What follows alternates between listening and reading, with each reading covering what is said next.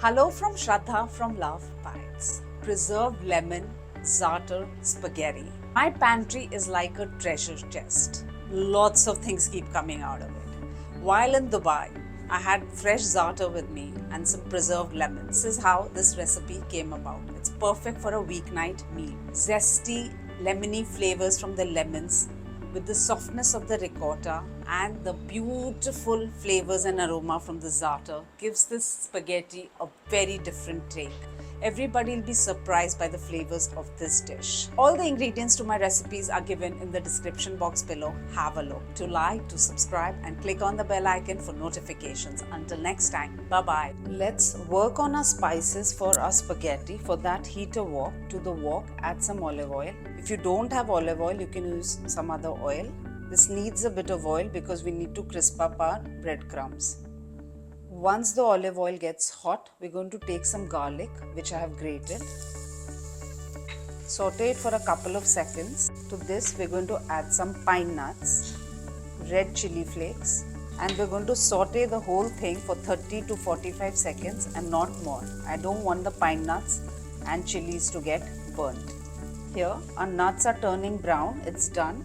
To this, we're going to add some breadcrumbs. Either make it at home or get the ones from the store. Keep your heat on low and just saute this for 3 to 4 minutes until your breadcrumbs turn crisp. My breadcrumbs are very well toasted. See, it's turning brown. To this, we're going to add some zàatar, black pepper powder, and salt to taste. Don't add too much salt because the zàatar will also have salt in it, and just give it a mix.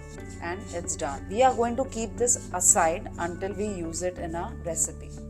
Let's boil some water. To the boiled water, we're going to add some pasta, and according to the instructions, we have to boil it just for 3 minutes to get it al dente. Our pasta is done, it's al dente. I'm going to just drain it and run it under cold water. Rinse it with cold water and keep it aside until we use it later.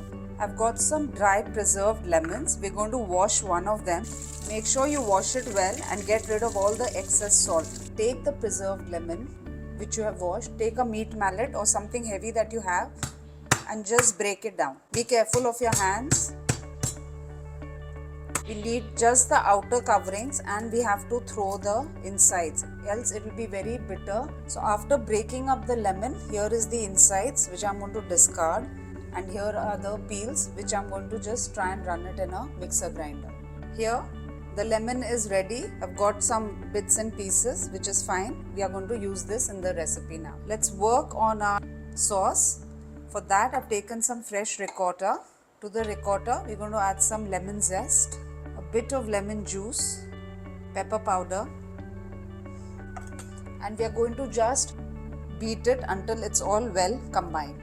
It's well combined. We need to add salt too, but we are going to add it a bit later, else it's going to leave a lot of water. Heat a pan. To the pan add a bit of olive oil. Once the oil gets hot, we're going to take some garlic again which has been grated and add that.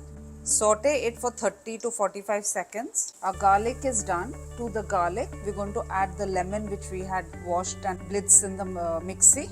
Adding that. Saute it. It's done. Now to this, we're going to add our spaghetti and just toss it. Just let this get cooked for 3 to 4 minutes. Try and toss it so you can mix the garlic and the preserved lemon into the spaghetti. And it's done. Add some salt to your ricotta. Remember, we had not added it earlier because I said we'll do it just before serving. Just mix it. And now we'll just assemble the spaghetti together. Put your spaghetti in a bowl. Now take the ricotta mix that you had made and add that on top. I'm going to do it differently just because I need it to look good in a photograph. You can also toss it if you want to. Take the breadcrumb mixture with zàatar which we had made and sprinkle that. So again, you can toss everything together. If the ricotta feels too thick, add a wee bit of milk and get the texture right. And then in the end, just toss it with some basil. If you get fresh basil leaves, use that. I couldn't, so I'm using dry basil leaves. That's it.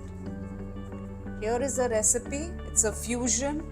It is fantastic. It's very different. Do give it a try and you all will not regret this recipe. Thank you.